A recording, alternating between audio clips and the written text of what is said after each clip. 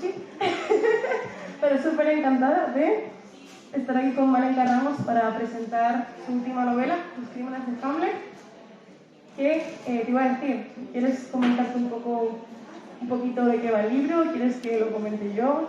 Empiezo yo, venga. Pues nada, Los crímenes de Hamlet es una historia que mezcla un poco el thriller policíaco con terror sobrenatural y cuenta la historia de un asesino en serie que de repente, tras 20 años habiendo estado encarcelado en la cárcel en Madrid, se tiene una firma característica y se hace llamar Hamlet, como el protagonista de una novela de Shakespeare. Se hace llamar Hamlet como el protagonista de una novela de Shakespeare y tiene una firma muy característica. ¿Qué es lo que ocurre? Que 20 años después de su encarcelamiento, de repente aparece un nuevo cadáver a 500 kilómetros de su país con su misma firma, por lo que parece ser que el asesino ha vuelto. Y además, esto hace despertar a una especie de ser sobrenatural al que hacen llamar al que se llama el portador, que se dedica a amputar las extremidades de sus víctimas. Y con esto, yo quería preguntarle a Malenka, pues, qué es lo que se van a encontrar los lectores, ¿no? Un poquito en este libro. Hola, buenas. Bueno, a ver, es un thriller paranormal, como dijo mi compañera, donde utilizo un componente folclórico asturiano que se conoce muy poquito, que es un personaje que sale en... estamos acostumbrados a escuchar sobre el cuélebre, sobre las sianas, pero leyendo un libro de folclore asturiano me llamó la atención un personaje que tenía 3 líneas de texto y me pareció muy siniestro, que era el cortador. Entonces yo, buscando información de aquella, cuando me estaba documentando un poco sobre la historia, me pareció bastante fascinante porque es un personaje que utilizaban en la zona de Llanes para meter miedo a los niños para que se aseasen. Entonces decían las madres que si no te limpiabas las manos, que vendría el cortador y te las cortaría. O sea, todo como muy de psicología infantil, ¿sí? Entonces me sorprendió porque la falta de información era lo que me daba curiosidad. No hay más. Yo no pude encontrar más. Y entonces, en base a este personaje, el cortador, giró toda la historia. Entonces, como bien comentaba ella, es una historia policíaca, es una historia sobre una serie de crímenes que imitan a un asesino en serie que está encerrado, un hombre al que le gusta pintar y que es una persona muy inteligente. Si juntamos un asesino en serie con una total inteligencia, pues tenemos un verdadero peligro. Y es un poquito la historia de estos crímenes en un pueblo donde realmente todos se conocen y donde todos han crecido un poquito juntos. Y en torno a ese pueblo, un bosque donde algo despierta con el primer crimen. Y bueno, es un poquito la historia. Sí, y por ejemplo, con Lo que habita dentro, que lo publicaste hace unos años también, viajabas a la costa gallega, luego con El que susurra nos fuimos a Oregón, a Estados Unidos, y ahora volvemos a Asturias, ¿no? Sí.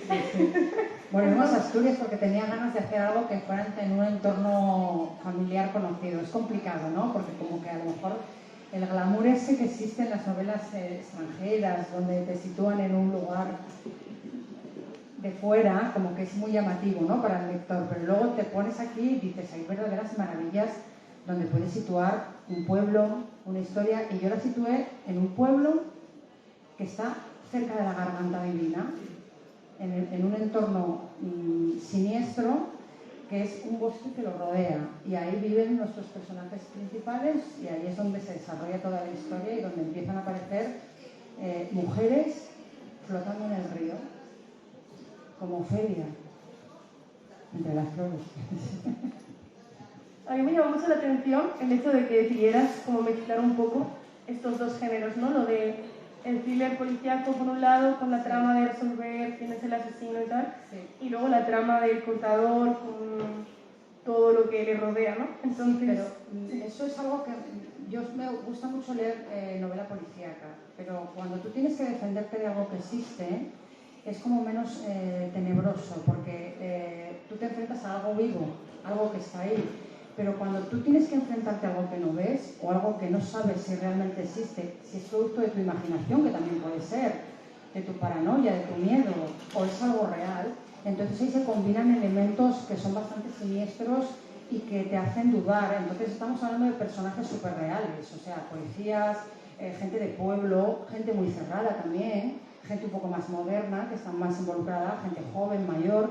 Y claro, te topas con personas que dices tú, ostras, sí, hay una serie de crímenes, pero ¿qué coño está pasando en el bosque? Entonces la gente duda, pero como dudaríamos nosotros, ¿no? Porque bueno, hay un crimen, es real, hay un asesino en serie, hay un posible imitador, pero también hay algo que está pasando en torno a todo eso, que está relacionado con lo que está sucediendo y no sabes por qué. Entonces, bueno, ahí ya te embolas y el autor se monta su historia y sale lo que ha salido, que son los crímenes de Hamlet. Claro, es que da la sensación de que cuando vemos un suceso real, hay veces que parece que quizás podamos tener el control, ¿no? Yo siempre digo que cuando tengo pesadillas, quizás cuando leo novelas de Murder Mystery o no veo documentales de True Crime, que como son cosas reales, como que no tengo miedo. Pero si me pones a una persona como el portador delante, pues quizás no sé cómo va a actuar. A ver, ¿no? yo siempre utilizo elementos que a mí, como lectora de terror, con perdón, me acojonarían. Es decir, yo si veo algo ahí un poco creepy, pues te da miedo, pero tú vas, porque somos así. Pero cuando se trata de sonidos, cuando tú te imaginas estando en un bosque, que escuchas movimiento o que percibes algo y no eres capaz de poder pensar, es que no me voy a poder defender, no sé lo que hay ahí, o simplemente la presencia en esa habitación oscura es lo que a mí como lector me da miedo leer, o sea, me genera...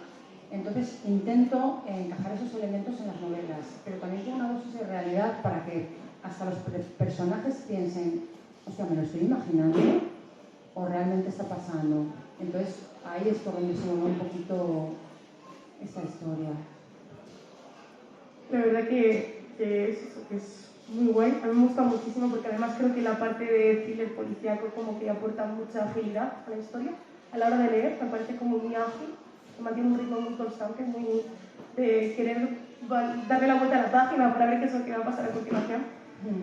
Y también comentabas un poco antes lo de Hamlet como persona artista, ¿no? Como persona que... Bueno, ya el nombre ya proviene de Shakespeare, ¿no? Y comentabas un poquito lo del tema del folclore asturiano y yo te quería preguntar si vamos a tener algo más de ti en esa dirección, o sea, si vamos a tener alguna otra historia que tenga que ver con basada en mitología, basada en retellings de cuentos clásicos. A ver, a mí me gustan mucho los personajes antagónicos, los malos, que sean inteligentes, porque genera que haya un juego psicológico bastante potente que a mí como lectora me gusta leer. Me voy a mover siempre y sí, hay otra historia ahí que saldrá también en febrero y también muy chunga, para que os tengáis el chunga. Y también situada aquí en España. En Asturias. No se puede. Entre Asturias y más sitios, sorpresa. Intento tirarte la lengua, pero dices que no se puede. Mira, hay una cita de un autor, Patrick Graham, que escribió El Evangelio del Mal, que a mí me pareció fascinante porque analiza muy bien la mentalidad, la mente del asesino en serie, del sociópata, del psicópata, varios. Y es una de las cosas que yo siempre me quedó ahí a la hora de crear ese personaje que va a ser el personaje malo, o que creemos que es el malo. Y es que hay asesinos que tienen un perfil, ¿no? Hay asesinos que matan por odio hacia la mujer, porque tenían unos traumas en la infancia, ven el reflejo de su madre con la cual no tenían una relación y cometen asesinatos. Pero luego está el asesino en serie que nunca fue maltratado, nadie le hizo nada, vivía en una familia modélica, con un padre que lo quería, con una madre que lo quería, pero él nació así, con brujas inclinadas sobre su cuna. Y ese tipo de asesino es el que verdaderamente da miedo, porque es el que psicológicamente está bien y el que verdaderamente es tan inteligente que es un reto para los investigadores de toda trama policíaca o policíaca paranormal o tal. Y bueno, más o menos es lo que he intentado hacer en los crímenes de Hamlet y lo que he intentado hacer en la próxima novela que saldrá. Y bueno, yo espero que os guste a todos y que lo disfrutéis como yo. Te voy a hacer una pregunta que es un poco... o sea, sé que los autores la odian, pero la voy a hacer igualmente, aunque me odies, ¿vale? Pero de esta novela, ¿quién dirías que ha sido el personaje, o sea, tu personaje favorito o el personaje con el que mejor te lo has pasado escribiendo? A ver, en esta historia hay una mujer, que es una señora que tiene más años que un bosque, que se llama Aurora, que es la típica señora del pueblo que todos tenemos en nuestros pueblos, que lo sabe todo y que ha durado más que todos, que nadie hace caso, porque es la típica señora que parece que no está bien y al final es la que más razón y la que más sabe de todo y la que más va diciéndoos, y tiene muy mala hostia, o sea, tiene un carácter que de verdad es insufrible, pero la mujer tiene razón. Y la historia de esta mujer, cómo les da caña a todos, cómo ella se pone de uñas y al final acaba teniéndoles que decir hasta a la policía, oye, son normales, que no os estáis dando cuenta y se os está montando un pitote tremendo. Pero claro, ¿quién crea una mujer de 108 años o 100 y pico que no se acuerda de lo que comió por la mañana, pero sí se acuerda que en el bosque hay algo y que ya había pasado hacía muchos años algo parecido? Y claro, ella lo transmite, pero a la gente, como en todos los sitios así, esta señora que está bien, le falta un verano, y al final es la que más me gustó desarrollar porque es la que más realidades contaba y la que menos creían. Lo pasé muy bien con Aurora. Sí. Es que Aurora es un personaje tremendo. Sí, es una señora entrañablemente diabólica. Es muy realista, es la palabra, sí, es muy real. Nuestras madres a nivel sí. Sí. Y luego, una pregunta un poco opuesta, que sería, ¿con qué personaje crees que te ha sido más difícil lidiar? Sí. Porque siempre hay alguno como que se cruza un poco. Hamlet, el protagonista antagónico, el asesino en serie, porque es un hombre muy inteligente y era más importante lo que no decía o lo que decía entre líneas que la información que podía llegar a transmitir. Entonces, como él está encerrado, pero él tiene un don, y es que él pinta cuadros, ¿no? Hay una serie de productos que no le pueden dar en la cárcel, porque está en una cárcel de máxima seguridad, utilizar trementina, pues no. Pero bueno, le dan una serie de privilegios cuando empieza a ayudar en esta investigación para ver qué persona es la que está haciendo eso o quién le adora tanto como para imitarlo, que no sería un caso sorprendente porque con Charles Manson tenemos ahí un ejemplo que hasta querían casarse con él, ¿no? Les mandaban cartas de amor. Entonces, pero él está aislado y se supone que él no ha recibido información, pero pinta cuadros. Y cuando pinta cuadros, pinta cosas que están pasando a 500 kilómetros. Entonces, esa personalidad y luego esa inteligencia y esa seguridad es lo que más me costó, porque claro, tienes que trazar un perfil creíble de un personaje que es muy complicado y que encima va a ser complicado para los demás, que no son aficionados. Entonces, pues sí, eso fue lo que más me costó. Vale, voy a preguntar si alguien quiere hacer alguna pregunta ahora. Que hable ahora que para siempre. Estupendo. Hola, muy buenas. Hola. Hola, Marita. Espera, que le damos un micrófono, ¿vale?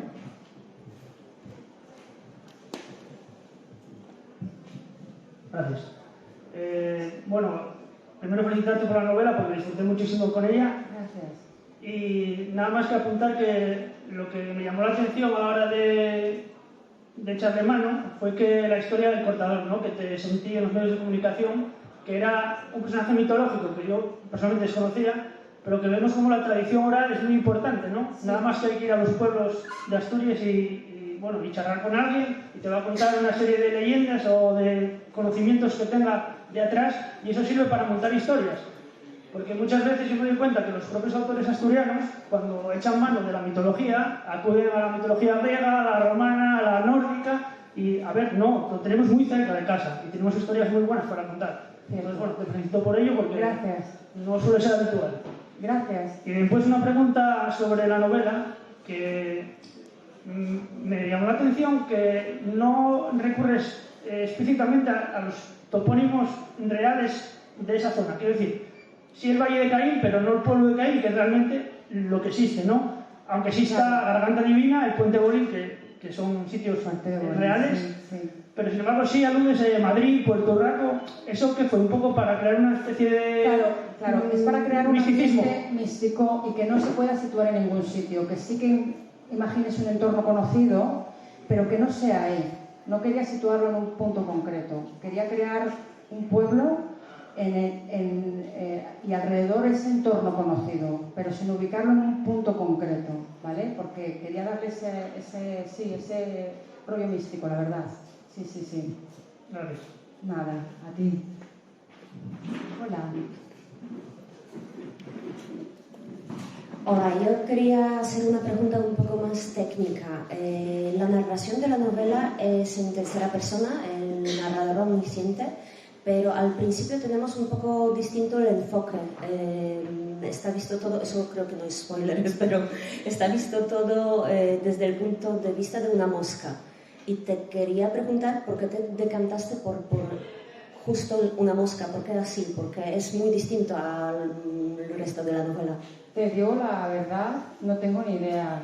O sea, nosotros tenemos en la cabeza una trama. Yo soy de utilizar mucho una libreta para organizar un poco lo que tengo en mente y luego mis personajes hacen lo que les da la gana y al final acabo diciendo ¿por qué llegué aquí y qué ha pasado? El tema de la mosca me sorprendió porque soy de visualizar mucho cinematográficamente hablando las imágenes que narro, ¿vale? Para intentar que el lector se sitúe de la misma manera y que lo vea como yo lo estoy viendo lo más aproximado. La idea de la mosca sobrevolando a la Garganta Divina, parándose en el cadáver, parándose por encima de la gente que estaba descubriendo ese primer cadáver y lo que estaba viendo ese animal y cómo conectaba los distintos personajes era lo que intentaba transmitir. Al ser una novela coral, donde hay muchos personajes y cada uno nos da información, quería conectarlos para empezar, ¿no? Para situar al lector. Pero de la misma manera que hago eso, también lo hago con las cartas iniciales, porque en la historia cada capítulo tiene una carta de alguien que nos cuenta algo, que no sabemos quién es, que sabremos más adelante. Entonces, esos puntos eran más a la hora de situar a la gente y que vieran lo que yo estoy viendo en ese momento. Gracias. Bueno, siento cortar el turno de preguntas, pero tenemos que ir cerrando para dar paso a la próxima presentación. Así que nada, agradeceros que os hayáis pasado por aquí, espero que lo hayáis disfrutado un montón. Muchas gracias. Y tendremos firma, ¿no? Atrás con el firmólogo. Así que, ya por el libro, lo tenéis por ahí.